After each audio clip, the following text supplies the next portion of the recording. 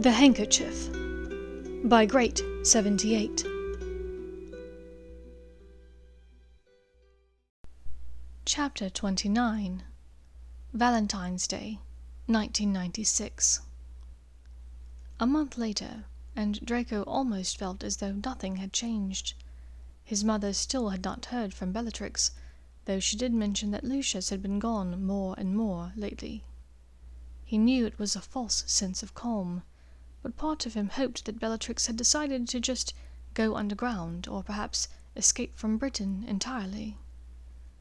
Valentine's Day at Hogwarts had often involved the occasional card, charmed to sing, or a bouquet of flowers being delivered to the Great Hall, or the dormitories. In their second year it had been an absolute frenzy, thanks to that prat, Lockhart, and for the next 2 years everyone seemed happy enough to be shot of the whole thing, at least when it came to public displays of affection. But this year, under the Umbridge regime, the students looked for anything that might bring a bit of happiness, and so when Valentine's Day lined up with the Hogsmeade weekend, many students treated it as a special date. Draco knew that going to Hogsmeade with Hermione was out of the question, but he hoped to at least see her at some point in the day. He had ordered her a bouquet of flowers. Pink camellias, which meant longing for you, daisies, which stood for loyal love, and gardenias, for secret love. He also included a first edition of Campbell's The Floral Dictionary, a slim text that had been published by a squib in the 1840s. He added a box of deluxe sugar quills, cherry, as well. And because he wanted her to have something after the flowers were dead and the sugar quills eaten, he'd also gotten her a copper bangle that could hold small charms. To the bracelet he'd attached a burnished copper charm depicting the binding rune for love. Within the rune he'd used magic to add a shiny luster to the top portion of the charm, which looked a bit like the letter D. All of this was delivered just after daybreak, so Draco wondered who else might be sending his witch a Valentine's card, when an owl dropped something at Hermione's place-setting in the Great Hall, disturbing her English breakfast. She jumped up, leaned over to speak for a moment with Potter. Then she hurried from the Great Hall without a backwards glance. Draco finished eating quickly, hoping to catch her and walk down to Hogsmeade, at least near her. But when he entered the entrance hall, she was heading upstairs again. "Ready, Draco?" a sickly, sweet, lilting voice asked. Draco had been relieved that Pansy was still hung up on Warrington as Valentine's Day approached. It meant he was off the hook as her date. He had done a decent job avoiding her since Yule Ball, really, but it turned out that the person he needed to worry about was a slim blonde Slytherin fourth year named Astoria. Draco knew of the Greengrass family from various galas throughout the years, and he knew his mother in particular found both girls delightful, as she'd often mentioned to him. At some point in early February, Astoria had begun circulating the rumor amongst the Slytherins that she and Draco were an item. As a result, all of the girls and half of the boys either assumed that they were dating or were encouraging the union by saving them seats together, talking Astoria up to Draco, and making comments about how adorable they were together. This was primarily Millie and Tracy, and occasionally Theo when he particularly wanted to needle Draco. When Astoria came up to his dormitory, tearfully wiping her eyes on her robes and nearly begging him to take her to Hogsmeade so that she wouldn't look foolish in front of her friends, he'd relented. They would lunch at the Three Broomsticks, and perhaps stop in at Honeyduke's or Zonko's as they walked up the high street. Blaise, who was mysteriously dateless, and Theo, who was currently going out with Daphne, Astoria's sister, would come along. What was the worst that could happen? This whole thing could be the worst that could happen. First, they'd had to wait around in the entrance hall for the girls' friends. He had seen no more sign of Hermione. Draco had endured the 3/4 of a mile walk from the castle, listening to the chatter of the Greengrass sisters along with Pansy, Millie, Tracy, and Violetta. The other girls' dates lagged behind their group except for Draco, who was locked arm in arm in the iron grip of Astoria, and Theo, who had his arm slung around Daphne. The girls' group had spotted Potter and Cho Chang, a pairing that seemed decent to Draco. She was quite pretty, and he had become much more popular this year than he'd already been. The fact that she went to the Yule Ball with Cedric seemed like it would be a sticky situation, but perhaps Cho and Cedric had only been friends. Pansy had taken the opportunity to bray like a donkey at them, and the other girls had followed suit. Even worse, Astoria proceeded to talk his ear off the rest of the way to the pub as she prattled on about how she had been sure that Harry would be dating Hermione Granger by now. She'd been in the paper so much, despite her huge teeth and bushy hair. Surely Potter would have enjoyed more attention with her on his arm. It took every ounce of Draco's resolve not to yank his arm from her pincer grip. They'd arrived at the Three Broomsticks and found their reserved table for 5 in the back. To his chagrin, Theo and Daphne immediately set to snogging, making Draco supremely uncomfortable, as Astoria occasionally made eye contact with him and offered a little smile. Blaze immediately melted into the crowd to order drinks for the table, but did not return when the waiter brought 2 chocolate stout butterbeers and 2 grenadine and gilly waters to the table. Draco peered about the place, searching for Blaze, but was surprised to find Hermione settling into a table near the bar, looking towards the loo as though she were waiting for someone to emerge. Did she have a date? And how had she made it past his group on the walking trail between the school and the town without being seen by the Slytherin group? And that's why I've always thought the shoes at Lady Madeline's boutique are better. Draco turned back almost in surprise, finding himself evidently in the middle of what had to be the world's least interesting conversation with Astoria. "Of course," he said distractedly. "Do you get to 5 7/8 Avenue often, then? A father knows the tailor at Widenhouse. He can put in a good word for you. And not that you need to go all the way to New York for flattering robes, of course. You'd look good in anything. Or nothing." Astoria batted her eyelashes at him playfully. Thanks," Draco said uncomfortably, because really, was there an acceptable answer to that blatant of a come-on? Draco was really starting to regret this. He breathed a sigh of relief when another witch came through the front door to sit with Hermione. It was Luna Lovegood, another flighty blonde 4th year whose conversation skills might give Astoria a run for their money, Draco thought wryly. He had had a couple of encounters, for lack of a better word, with Luna. They were nothing if not memorable. They had once spent 20 minutes sitting by the shore of the Black Lake whilst Luna told him about the stippled phlox infestation that was killing off the fairy habitats in Scotland. Draco had been trying to study for herbology examinations while sitting by the lake, which had clearly been a mistake. Then she told him that he was surrounded by waxperts, and that his aura had gone all fuzzy. Another time he had seen her down near Hagrid's hut, barefoot, and teaching a caper of gnomes to waltz. She'd asked him to be her partner to demonstrate the dance better for them, but Draco had demurred, saying that he had to get to Quidditch practice. Today she was drinking what looked to be a gilly water with a small cocktail onion on a frilly pink toothpick. Who, in Merlin's name, would think to put an onion in gilly water? Draco thought. That had to be disgusting, right? Luna swirled it around in her drink, dreamily staring up at what Draco could only assume were the waxperts. "Draco?" It was Astoria, again. Undoubtedly about to ask him if he had ever bought leather goods in Milan or lace in Turkey or something. "Yes." "I was just asking you what you thought of my dress." Astoria looked a little bit pouty, likely annoyed that he was ignoring her. Draco looked down.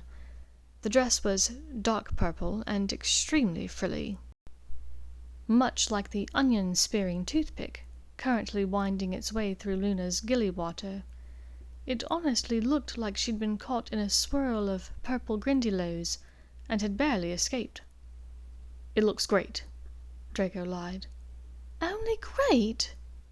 The tiny pout was replaced by an exaggerated frown, but thankfully Draco was saved by the re-emergence of Blaze from the crowd. The dark-skinned wizard carried a gilly water with an onion on a frilly red toothpick floating in it. "How did you come up with that concoction?" Draco asked, with a hard stare. "It came highly recommended," Blaze drawled nonchalantly. "By whom?" Draco demanded. "Astoria, I've been meaning to tell you how lovely I find your dress. It truly is ravishing, don't you think so, Draco?"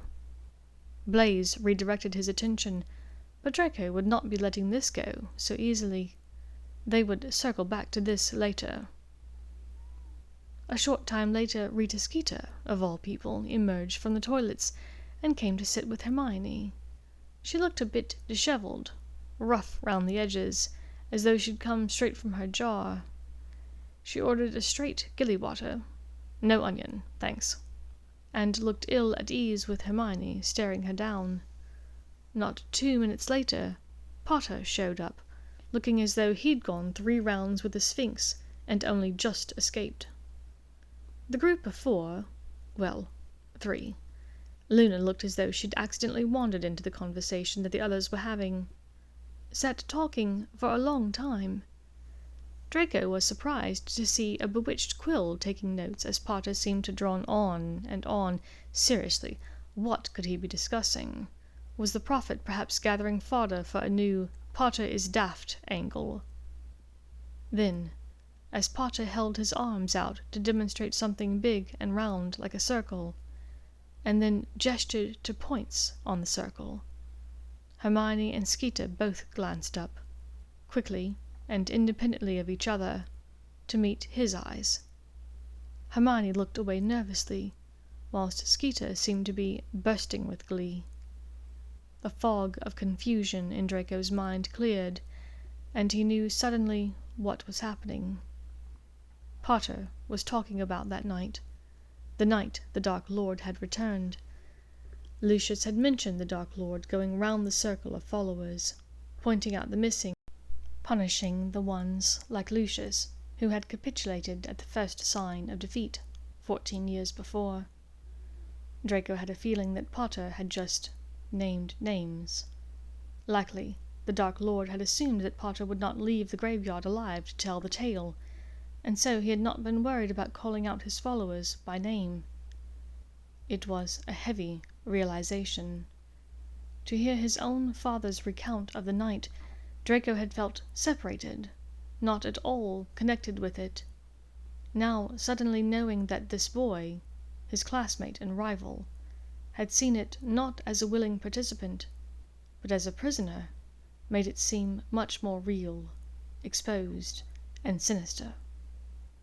He looked over at Theo and Blaze a bit sadly, because, as much as Draco's father was involved, theirs were as well. Had Theo not suffered enough with Tiberius? Did Blaze, Selwyn's stepson, even deserve any of it? Did he, Draco? "Of course I do," he thought.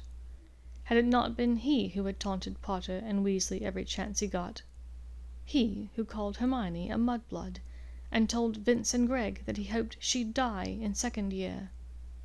He who made up a mean-spirited song about another wizard, and teased him about his fat, kindly, poor mother? He who had nearly gotten Hagrid fired?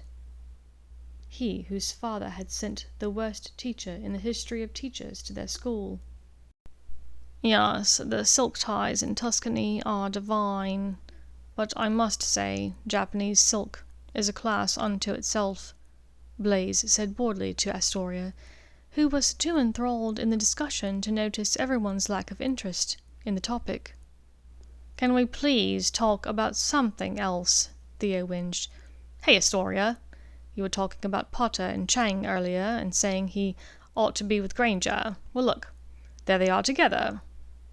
The entire table now had their attention focused on the motley crew at the front table.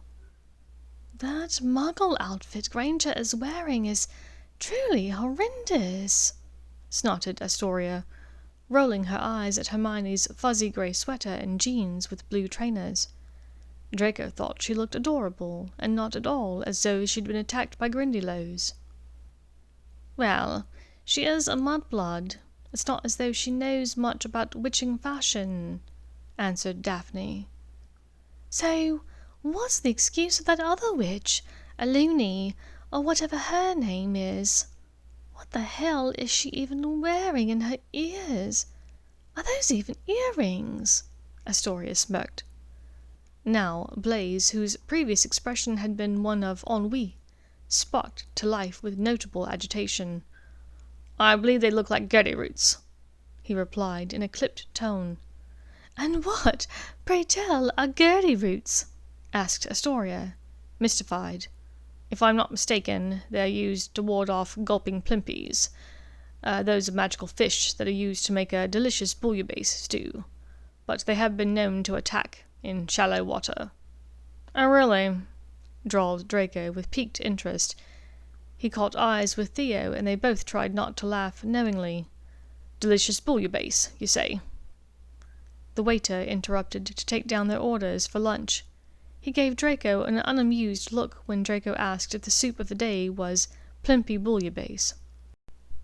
Luna and Hermione and their companions were forgotten by the snarky witches. But as her group left, Draco made eye contact one last time with Hermione, touching his chest briefly where she knew he kept his handkerchief. She touched her sleeve just as quickly where her own was kept, and the group made their way to the exit. That night, ensconced within his bed hangings with the silencing charm in place, he withdrew his handkerchief from his breast pocket of his robes and thought about what he should say to her. "Happy Valentine's Day. I wish I could have spent it with you. Did you like your gift?" Her reply came almost instantly. He smiled, knowing that she'd been as eager to hear from him as he was to hear from her. "Happy Valentine's Day to you as well. I loved the book very much. Victorian flower language is such a beautiful and intricate way of communicating. The bracelet is beautiful. It's funny, the part that looks like a D is shinier than the rest. Did you know? Ha ha. And, of course, the sugar quill's my favorite. Did you like your potions kit?" Knowing Draco's penchant for potions, Hermione had sent him a standard Master Potioneer's travel kit, but had modified it with her own magic to make it more useful. There were the usual vials into which place Dittany, Pepper-Up, Draft-A-Piece, Skelegro, and others. There was a collapsible cauldron and a stirring rod, a timer, and an expandable file folder in which to add common ingredients. But Hermione had added a small book entitled 20 Necessary Potions Most Rapid and Simple, by Galahad Robards, published in 1790. She had written in the inside, "For Draco, who does not need a potion to enchant me." On the outside of the handsome leather case was his embossed initials, D.M., and the entire thing had been set to his touch. It could be carried in miniature form, taking up space no bigger than a snitch, but when squeezed 3 times by him alone, it would expand to full size, which was about the size of a large textbook. When he was ready to miniaturize it, he simply pressed his thumb to his initials on the back, and it returned to the smaller size. It truly was a clever and personal bit of magic, and he treasured it. "I love it. It is really wonderful, thank you." "And did you have fun on your date?" For not the first time, Draco lamented the fact that the written word could not transmit tone.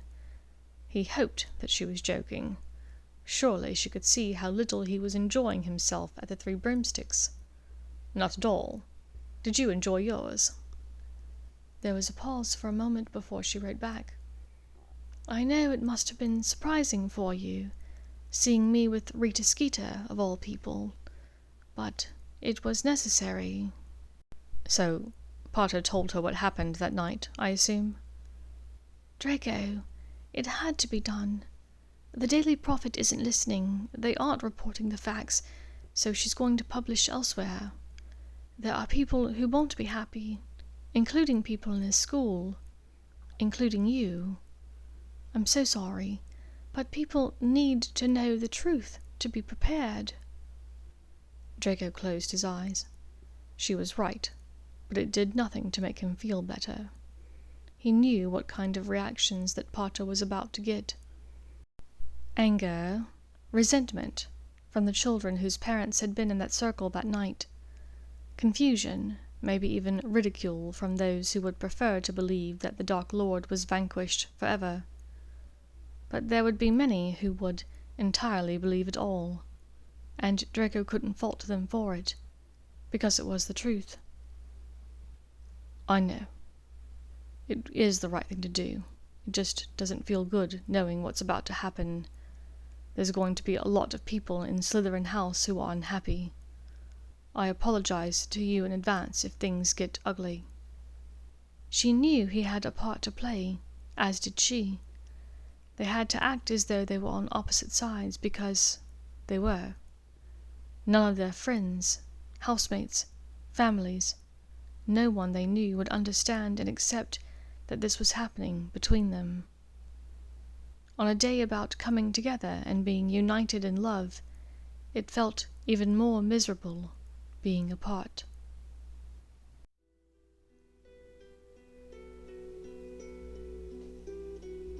Thank you for listening to this chapter of The Handkerchief by Great78.